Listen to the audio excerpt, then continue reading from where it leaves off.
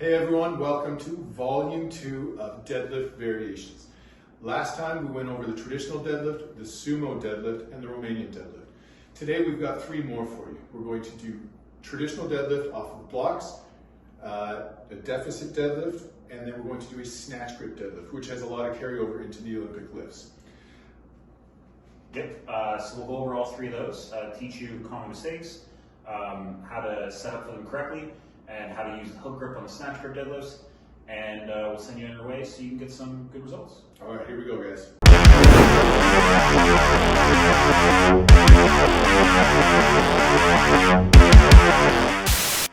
Okay, so first up we've got deadlifts from blocks. We are going to do this in a conventional or traditional deadlift stance. So I've got the bar diagonally just so you can kind of see me from a couple different angles here. So with this one, we're going to do it off of blocks, and this is going to take away that first few inches off the ground, which are usually a weak point for a lot of people. So then you can overload this movement and get stronger through the rest of your deadlift and really help strengthen the rest of your lift because you're lifting heavier weights than you could do with just a deadlift off the floor. So this one is going to take away a little bit of the quad and place more emphasis into the glutes and hamstrings, low back part of the deadlift phase, okay? So we're going to take a stance about shoulder width or narrower, whatever's comfortable for you. I like to get pretty narrow with my stance. Half my foot is going to be cut off by the bar like we did in our regular conventional deadlift last time. And then we're going to push our hips back, break at the knees here. So as long as my shoulders are above my hips are above my knees, but I'm in a pretty good position to start off. I'm fairly safe with this here. So now I'm going to grab onto the bar, activate my lats by twisting my elbows in, pull my chest up, my back is straight, my shoulder blades are together, and from there I'm going to push my feet through the ground and lift this bar up.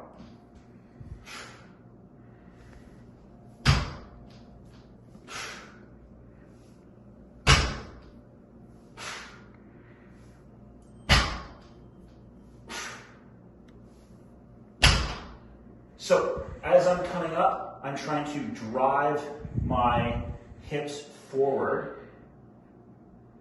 and squeeze my glutes as I come up to make sure that I'm not overextending in that spine and putting all that pressure into my my back, because that's where you get injured, is trying to either lift right away with your back bending or trying to finish that move by overextending at the spine instead of using these big powerful muscles in the glutes. Squeeze your ass and drive your hips forward.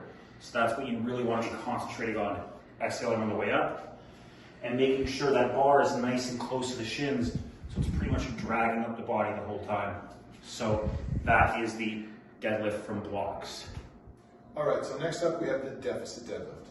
So what you need for the deficit deadlift is obviously your barbell, if you're using a barbell, and that's what we're using today, and then something to step on. So I'm using one of my bumper plates. You can use regular plates, a box, a step, whatever you want. You don't want to go too high though, because there is a point of diminishing returns where it's just the risks are going to outweigh the benefits. So the reason that you would want to do a deficit deadlift, there's multiple. So typically in any lift, we are weakest at the beginning of the movement and at the end of the movement. So in the deadlift, that would be the first few inches off the floor and the lockout position. So the deficit deadlift helps us strengthen the former, which is the first few inches off the floor. So by stepping up on the step, we're going to increase this range of motion about 4 or 5 inches on this bumper plate.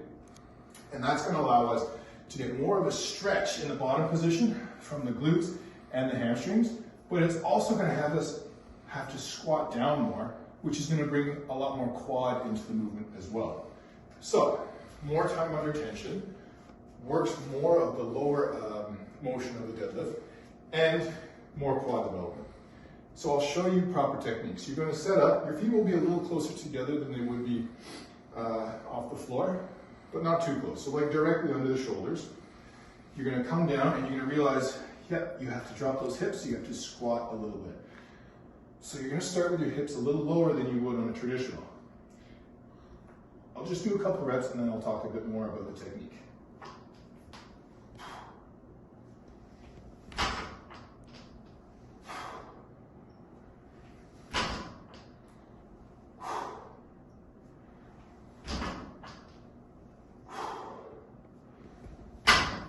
So you'll notice the movement is a little more technical.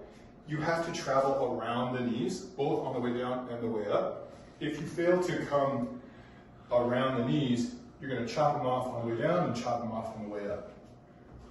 So, again, you can pull up, travel around those knees.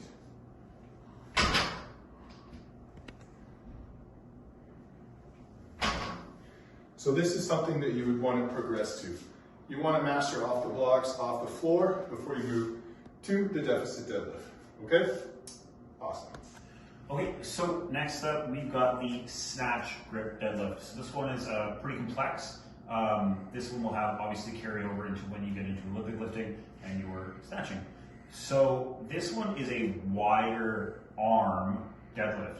You're still going to be in conventional leg position, and you're best suited to use a hook grip in this position, which can be super uncomfortable and hard to get used to at first, but it's good to get used to it for the long term because it's super useful in not losing the bar out of your hands as it gets heavier and as you get a little bit more tired. You don't have to use the hook grip, but it's definitely beneficial to you.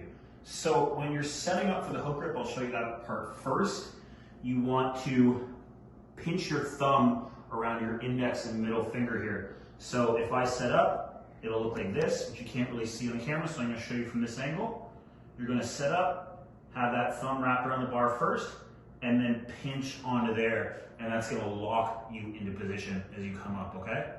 So the best way to figure out how wide you want your snatch grip deadlift is to put your, like I know where mine is, but you're going to start up here, and wherever you dip your knees down about an inch or two, wherever your hips, the bar should land in the crook of your hips, and that's about the width that you want your arms to be for that snatch grip deadlift.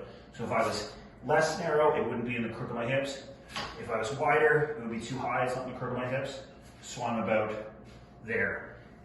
Once you've figured out the width that you want in your arms, the rest of the deadlift is very similar to a conventional deadlift.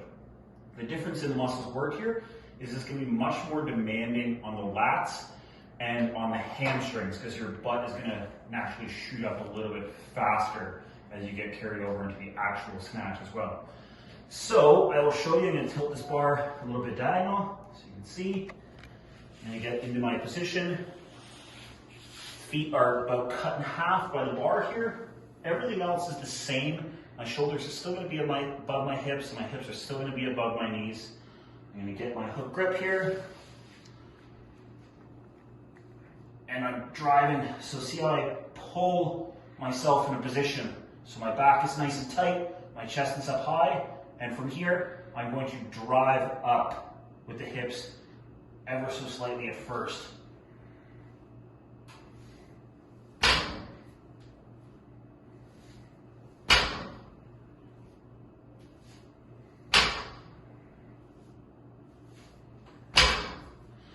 Same thing as every other deadlift, we're still using the glutes to drive the hips forward as aggressively as possible into that bar so that we've got a lot of power in the glutes and the hamstrings, and we're not using that low back to overextend. But everything else is pretty much the same as a conventional deadlift. Wider arms, more demand there at the lats, the hamstrings. That's a snatch grip deadlift.